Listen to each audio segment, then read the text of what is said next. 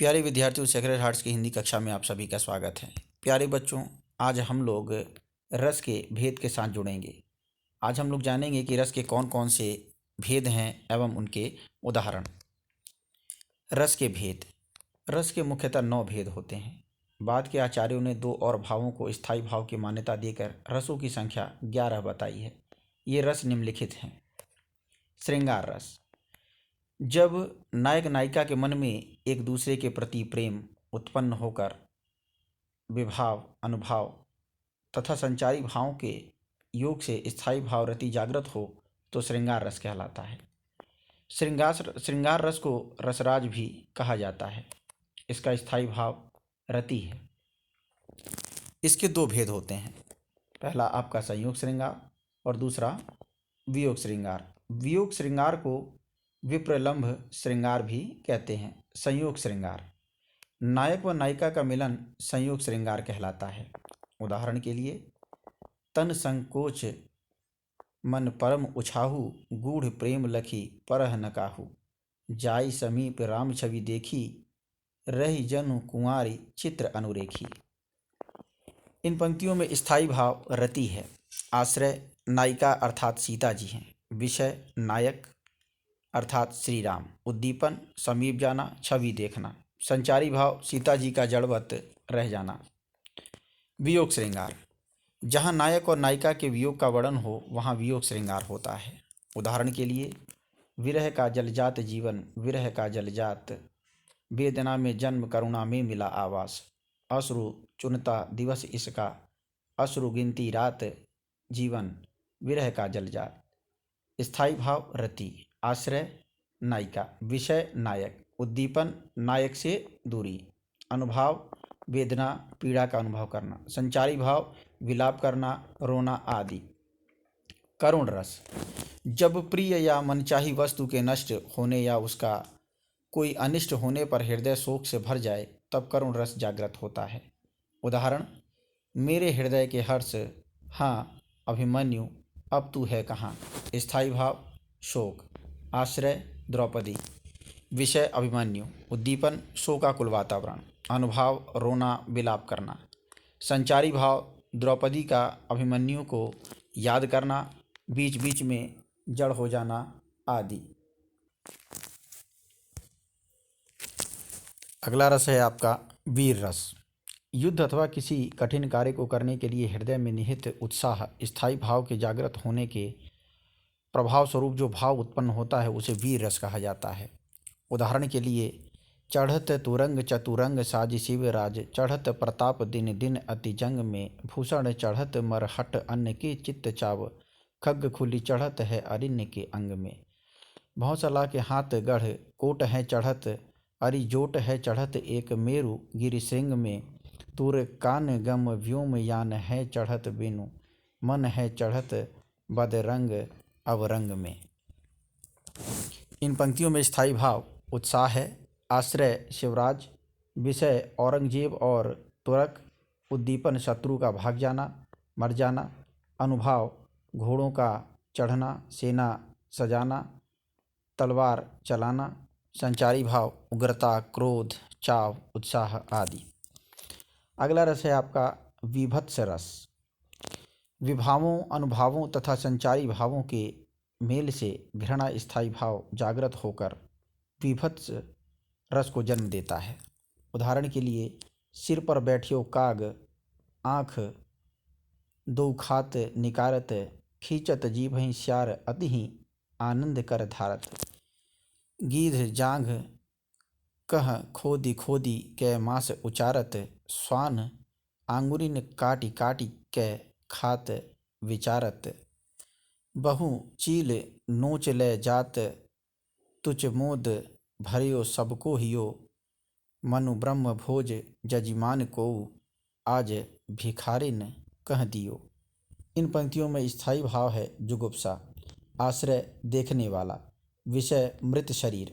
उद्दीपन गिद्ध, सियार, चील आदि द्वारा मांस नोच नोच कर खाया जाना।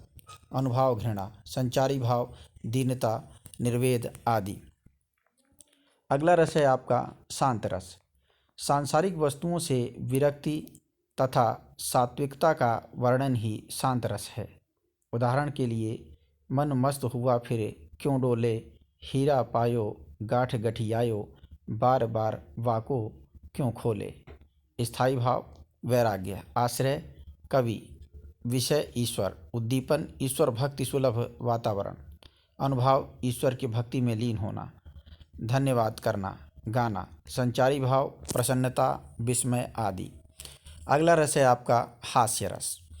किसी पदार्थ या व्यक्ति की असाधारण आकृति, विचित्र वेशभूषा, अनोखी बातें, चेष्टाओं आदि से हृदय में जब विनोद या हास्य का अनुभव होता है तब हास्य रस की उत्पत्ति होती है। उदाहरण के लिए, गोपियाँ कृष्ण को बाला बना वृषभान के भवन चली मुस्काती, वहाँ उसको निज सजनी बता रही उसके गुणों को बतलाती, स्वागत में उठ राधा ने ज्यों निज कंठ लगाया तो वे थी ठठाती, होली है कह के तभी सब भेद बताकर खूब हंसाती। स्थायी भाव हास। आश्रय गोपियाँ। विषय कृष्ण का गोपी रूप धारण करना। उद्दीपन होली के त्यौहार का वातावरण। अनुभव गोपियों का हंसना मुस्कुराना, कृष्ण की चेष्टाएं। संचारी भाव लज्जा हर्ष चपलता आदि। अगला रस है आपका रौद्र रस। जब विभाव अनुभाव व संचारी भावों के मेल से क्रोध स्थायी भाव का जन्म हो तब रौद्र रस की उत्पत्ति होती है। उदाहरण के लिए, उस काल मारे क्रोध के तनु कांपने उनका लगा, मानो हवा के वेग से सोता हुआ सागर जगा। स्थायी भाव क्रोध। आश्रय अर्जुन। विषय अभिमन्यु को मारने वाला जयद्रथ। उद्दीपन अकेले बालक अभिमन्यु को चक्रव्यूह में फंसना तथा 7 महारथियों द्वारा उस पर आक्रमण करना। अनुभव शरीर कांपना, क्रोध करना, मुख लाल होना। संचारी भाव उग्रता चपलता आदि। भयानक रस। भय उत्पन्न करने वाली बातें सुनने अथवा व्यक्ति को देखने सुनने अथवा उसकी कल्पना करने से मन में भय छा जाए तो उस वर्णन में भयानक रस विद्यमान रहता है। उदाहरण, एक ओर अजगरहि लखी एक ओर मृगराय, विकल बटोही बीच ही परयो मूर्छा खाए। स्थायी भाव भय। आश्रय राहगीर। विषय अजगर मृगराज का राहगीर की ओर बढ़ना। उद्दीपन भयानक जंगल। अनुभव डरना मूर्छित होना। संचारी भाव मरण बेहोश होना आदि। अद्भुत रस। किसी असाधारण अलौकिक या आश्चर्यजनक वस्तु, दृश्य या घटना को देखने सुनने से जब आश्चर्य होता है तब अद्भुत रस की उत्पत्ति होती है। उदाहरण के लिए, राग है कि, रूप है कि, रस है कि, जस है कि, तन है कि, मन है कि, प्राण है कि, प्यारी है। स्थायी भाव विस्मय। आश्रय सुदामा। उद्दीपन झोपड़ी के स्थान पर महल और दरिद्र ब्राह्मणी के स्थान पर वस्त्राभूषण से सज्जित होना। विषय नारी सुदामा की पत्नी। अनुभव आश्चर्यचकित होना। संचारी भाव हर्ष मोह स्मृति आदि। अगला रस है आपका वात्सल्य रस। वात्सल्य रस का संबंध छोटे बालक बालिकाओं के प्रति माता पिता अथवा सगे संबंधियों का प्रेम एवं ममता के भाव से है। उदाहरण, शोभित कर नवनीत लिए, घुटरुन चलत रेणु तन मंडित, मुख दधि लेप किए। स्थायी भाव वत्सल। आश्रय माता पिता। विषय बाल कृष्ण। उद्दीपन कृष्ण का घुटनों तक धूल से भरा शरीर, मुंह पर दधि का लेप। अनुभव हंसना प्रसन्न होना। संचारी भाव विस्मित होना मुग्ध होना आदि। अगला रस है आपका भक्ति रस। ईश्वर के प्रति भक्ति भावना स्थायी रूप में मानव संस्कार में प्रतिष्ठित होने से भक्ति रस होता है। उदाहरण, मेरे तो गिरधर गोपाल दूसरो न कोई, जाके सिर मोर मुकुट मेरो पति सोई। साधुन संग बैठी बैठी लोक लाज खोई, अब तो बात फैल गई जाने सब कोई। स्थायी भाव अनुराग ईश्वर विषयक रति। आश्रय कवित्री मीरा। विषय श्री कृष्ण। उद्दीपन कृष्ण लीलाएं सत्संग। अनुभाव रोमांच अश्रु प्रलय। संचारी भाव हर्ष गर्भ निर्वेद औत्सुक्य आदि। धन्यवाद।